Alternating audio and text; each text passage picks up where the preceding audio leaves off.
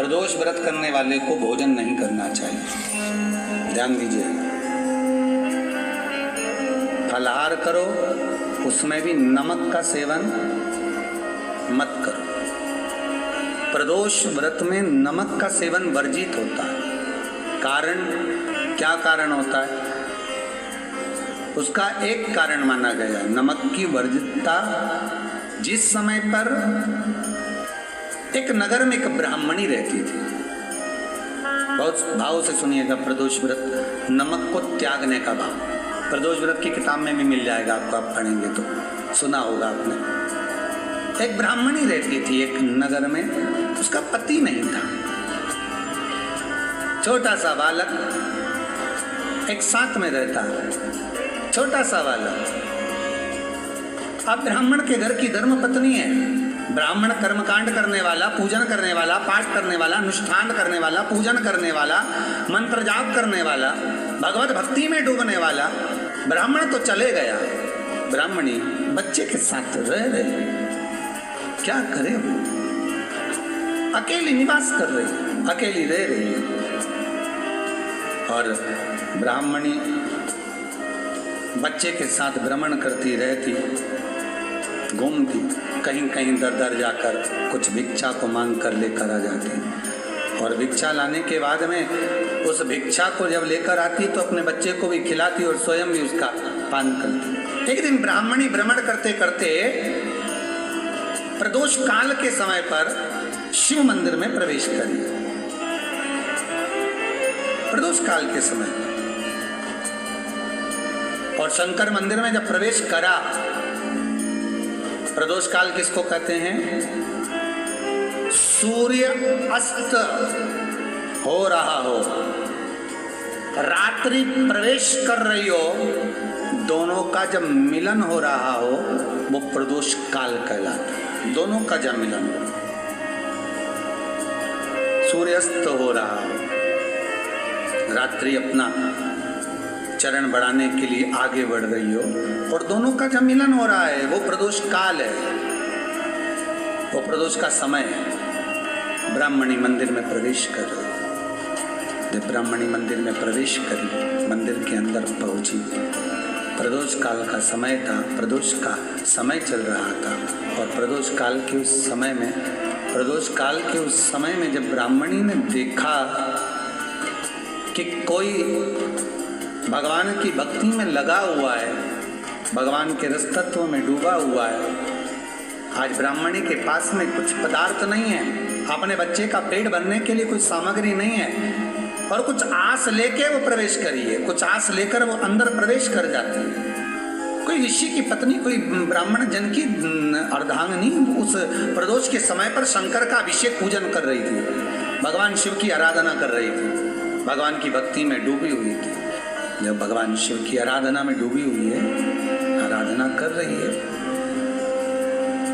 ये कुछ पाने के लिए चली, ये कुछ पाने के लिए गई और इसके मन में आया कि मैं कुछ, मुझे भोजन का कोई पदार्थ मिल जाए, मुझे कुछ भोजन मिल जाए, और जब मुझे भोजन मिल जाएगा तब मैं जो पाऊंगी अपने बच्चे को भी पवाऊंगी। पर जिस मंदिर में वो प्रवेश करी थी, जहाँ पर नारी पूजन कर रही थी शंकर की प्रदोष काल में, वहाँ पर पड़ी हुई कुछ वस्तु को इस ब्राह्मणी ने मांग लिया। मेरे बालक को बहुत भूख लगी है, मेरा बच्चा बड़ा भूखा है, इसके भोजन के लिए थोड़ी सी सामग्री दे दीजिए, इसके भोजन के लिए थोड़ा सा कुछ रस तत्व दे दीजिए। उसने उठाया थोड़ा सा पदार्थ, कुछ जो उसके पास में था वो दिया। जब दिया तो देने के बाद जब उसे प्राप्त हुआ और होने के बाद में जब वो मिल गया उसको, तो उसने उस समय पर उस पदार्थ को जैसे ही मुख में लिया, लेते ही कहा इसमें तो स्वाद नहीं है, इसमें स्वाद नहीं है। उस ब्राह्मणी ने बड़ा सुंदर एक संवाद कहा। घर का जो बड़ा होता है ना, घर का जो बड़े होता है, घर का बुजुर्ग जो होता है, घर का जो प्रथम स्थल प्राप्त करने वाला, मेन कुर्सी पर अच्छी जगह पर जो बैठने वाला होता है ना, ब्राह्मणी कहती है वो कभी किसी वस्तु में ऐब नहीं देखता, मिनख नहीं निकालता। समाज के अन्नकूट होते हैं, समाज के जब अन्नकूट होते हैं महाराज, समाज के जब अन्नकूट होते हैं, बड़ी बड़ी समाजों में जब कार्तिक महीने में अन्नकूट महोत्सव होते हैं, बहुत सारा प्रसाद बनता है। जो बुजुर्ग होते हैं ना, बड़े समझदार लोग होते हैं ना, तो अन्नकूट की जब प्रसाद खाने बैठते हैं ना, उसमें नमक नहीं भी होता ना तो नहीं बोलते कि इसमें नमक नहीं है। पर जो हमने डोनेशन दिया है, जब तुम आए थे समाज वाले तो हमने 1000 का लिफाफा दिया, 500 का लिफाफा दिया, 2000 का लिफाफा दिया और भोजन ऐसा बनवाया। एक व्यक्ति वो जो खाकर चुपचाप चले गया और एक व्यक्ति वो जिसने प्रसाद पर उंगली उठाई। इन दोनों को अन्नकूट की तारीख पे इनका नाम लिख लो और अगला अन्नकूट आए तब दोनों की दशा देखना। एक जो चुपचाप खाकर चले गया, भगवान के प्रसाद को प्रसाद मानकर, प्रभु का दर्शन मानकर लेकर चले गया, वो उन्नति की सीढ़ी पर चढ़ता चले गया। और जो मिनक निकालता रहा वो साल भर खटर पटर की जिंदगी जीता रहा। भगवान के प्रसाद में कभी भी ध्यान रखिएगा, भगवान के प्रसाद के अंतर्गत स्वाद की कोई मूलता नहीं होती। भगवान का प्रसाद स्वयं स्वाद है। भगवान के प्रसाद में नमक नहीं देखना, मिर्ची नहीं देखना, भगवान के प्रसाद में शक्कर नहीं देखना, भगवान के प्रसाद में कुछ ये नहीं देखना कि कितना माल डला, कितना घी, कितना बादाम, कितना काजू, कितना इलायची डला। हाँ, यहाँ तक शास्त्र कहता है कि भगवान का प्रसाद अगर बन रहा है तो उसकी सुगंध भी नहीं ली जाती है महाराज। यहाँ तक शास्त्र कहता है। जब तक भगवान उसको पानी ले तब तक उसका सुगंध भी नहीं ली जाती।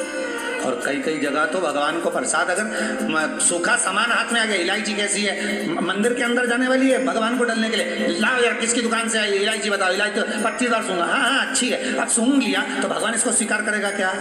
अरे जम के तो बोलो। एक फूल तुमने बगीचे से तोड़ा और सोचा इसमें पहले मैं सूंघ लेती हूँ, इसमें स्वाद है कि नहीं, इस फूल में गंध है कि नहीं, इसमें सुगंध है कि नहीं, और फूल सूंघ लिया, उसके बाद तुम भगवान को देखो, भगवान स्वीकार करेगा नहीं। कई कई घरों में तो हंडी से दाल चलाती जाए, अपने हाथ में डाल के महाराज। ब्राह्मणी ने जैसी मुख में लिया थूक दिया। ये श्रेष्ठ नहीं है। जो ऋषि की पत्नी अंदर पूजन कर रही थी प्रदोष काल, उसने कह दिया आपका चेहरा बता रहा है कि आप ब्राह्मण की धर्म पत्नी हैं, पर आज आप दर दर जाकर अगर भिक्षा मांग रही हो, दर दर जाकर अगर भीख मांग रही हो, दर दर जाकर भिक्षा को मांग रही हो, तो इसमें आपके पति का दोष नहीं है, दोष आपका है। क्योंकि आप भगवान के प्रसाद में भी जो स्वाद देखी थी ना, ये आपका एक जन्म का नहीं है, ये ना जाने कितने जन्म का है। ब्राह्मणी के मस्तिष्क में बैठ गया, ब्राह्मणी के उस पुकाना वो बक्कल में नहीं अक्कल में बैठ गया कि ये स्वाद नहीं देखना। इसलिए प्रदोष व्रत के अंतर्गत ब्राह्मणी ने उस दिन से विचार कर लिया कि जैसे आप पूजन कर रही हो, जैसे आप अर्चना कर रही हो, जैसे आप आराधना कर रही हो, ऐसी आराधना, ऐसी पूजन, ऐसी भक्ति में भी करूँगी, ऐसी आराधना में भी करूँगी, हमें स्वाद नहीं देखूंगे। तो प्रदोष व्रत करने वाले को ध्यान रखना चाहिए कि नमक का सेवन ना करे, भोजन ना करे, फलाहार करिए, फल का आहार करिए, प्रयास करिए। और यदि आपने व्रत का ले लिया भोजन का कि हम तो एक टाइम फलाहार करेंगे, एक टाइम भोजन करेंगे, ऐसा भी कई लोग प्रदोष ले लेते हैं, तो वो बात आपकी है, आप तक रखो, ठीक है, अपने मन तक, ठीक है। बाबा आपकी मनोकामना पूर्ण करे, वो भी पाओ। अरे भगवान को धन्यवाद दो कभी कभी कि तूने अच्छे घर में पैदा किया, अच्छा परिवार दिया, अच्छा पति दिया, अच्छी पत्नी दी, अच्छे बच्चे दिए, अच्छा कुटुंब दिया, घर दिया, दुकान दी, जमीन जायदाद दी, शरीर अच्छा दिया, हाथ पैर आँख नाक मुंह सब बढ़िया दिया, एक के भी निपटा के नहीं भेजा तूने। मान लो एक आध निपटा के भेज देता तो क्या झगड़ा करने ऊपर जाते? एक ही कान देता और एक गायब कर देता तो यहाँ से चिपका देता, क्या कर लेते? हाथ एक देता और एक गायब कर देता। तो क्या झगड़ा करने जाते ऊपर कि मुझे ऐसा शरीर दिया? नहीं, भगवान को धन्यवाद देना कि मुझे अच्छे घर में पैदा करा, कटोरा लेके वहाँ चौराहे पे नहीं बिठाया, तूने अच्छा घर दिया, 2 समय की रोटी दे रहा है, खूब जोरदार शरीर दिया, भजन करने का मुहूर्त दिया, और बचा कुचा था तो ये सियोर वाला महाराज दे दिया, कथा सुनाने वाला। शाम के समय पर प्रदोष काल में बेलपत्री के पेड़ के नीचे, चाहे शंकर के मंदिर के दरवाजे पर या शिव मंदिर में, अगर आप प्रदोष के दिन दिया लगाते हो, सोमवार के दिन दिया लगाते हो, तो ऐसा कोई व्यक्ति नहीं जिसको मेरे देव अधिदेव महादेव, मेरा विश्वनाथ भंडार नहीं भरता हो, खाली नहीं छोड़ेगा, दे देगा, भंडार भर देगा, कमी तो नहीं रख सकता, ये पक्का। पर तुम करना ही नहीं चाह, 2-4 सोमवार करो और उसके बाद के तो महाराज जी हमने तो करा था, हमको तो मिला ही नहीं, 2-1 प्रदोष करा तुमने, अरे 1 साल करो, सारे दर भी तो अपन ठोकर खाकर आए, इतना साल निकाला अपन ने, और 6 महीना 3 महीना 4 महीना भगवान से निवेदन तो करो, दिल से कहो तो सही, नी भंडार भरे तो बात दूसरी, एक बार बोलो तो। पर जगत के लोगों के सामने जाकर मत कहना तो देव अधिदेव महादेव से कहना। प्रदोष व्रत करने वाले को प्रदोष के दिन प्रयास करना चाहिए कि रात्रि के समय पर आधा घंटा, 10 मिनट, 20 मिनट जागरण करे। जागरण मतलब थोड़ा भगवान का भजन कर ले, भले 4-5 माताएं इकट्ठी नहीं हो तो अपन अकेले कर लो। अपन अकेले कम है क्या भाई? अपन कम पड़े, आराधना अकेले भी करो, जागरण करो। जब आपकी 11 प्रदोष हो जाए, 26 प्रदोष हो जाए, तब उद्यापन करो।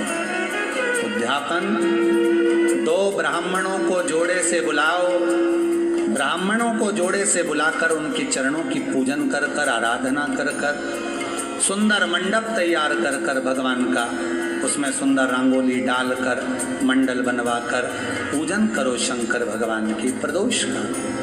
एक दिन पहले गणेश की आराधना करो, पूजन करो, और प्रदोष वाले दिन जो मंडल बनाए हैं पूजन अर्चना करने के लिए, जो स्थान दिया है उसकी आराधना करो। खीर की आहुतियाँ दीजिए 108 बार, जो ब्राह्मण आए उनके माध्यम से मंत्रों द्वारा पूजन कराकर खीर की आहुतियाँ दीजिए शिव नाम। महाराज फिर ब्राह्मणों को जोड़े से भोजन कराकर, चरणों को नमन कर कर, दक्षिणा प्रदान कर कर, निवेदन कर कर ब्राह्मणों से कहें, हे ब्राह्मण देवता, आप हमें आशीर्वाद प्रदान करें कि जिस प्रदोष का हमने व्रत किया है उस व्रत का पुण्य फल हमें प्राप्त हो। ऐसा ब्राह्मण चरण को नमन कर कर, प्रणाम कर कर उनसे अपने मस्तक पर अक्षत छुड़वाएं, फिर नमन कर कर, भोजन कराकर विदा करें। शाम को भगवान का जागरण करें। ऐसे प्रदोष व्रत का उद्यापन कर अपने जीवन को सार्थक बनाएं। ऐसा सुंदर प्रदोष व्रत का व्याख्यान वर्णन स्कंद पुराण में करा गया। वही स्कंद पुराण का प्रदोष व्रत का वर्णन आपको शिव महापुराण के इस सुंदर संवाद में किया गया।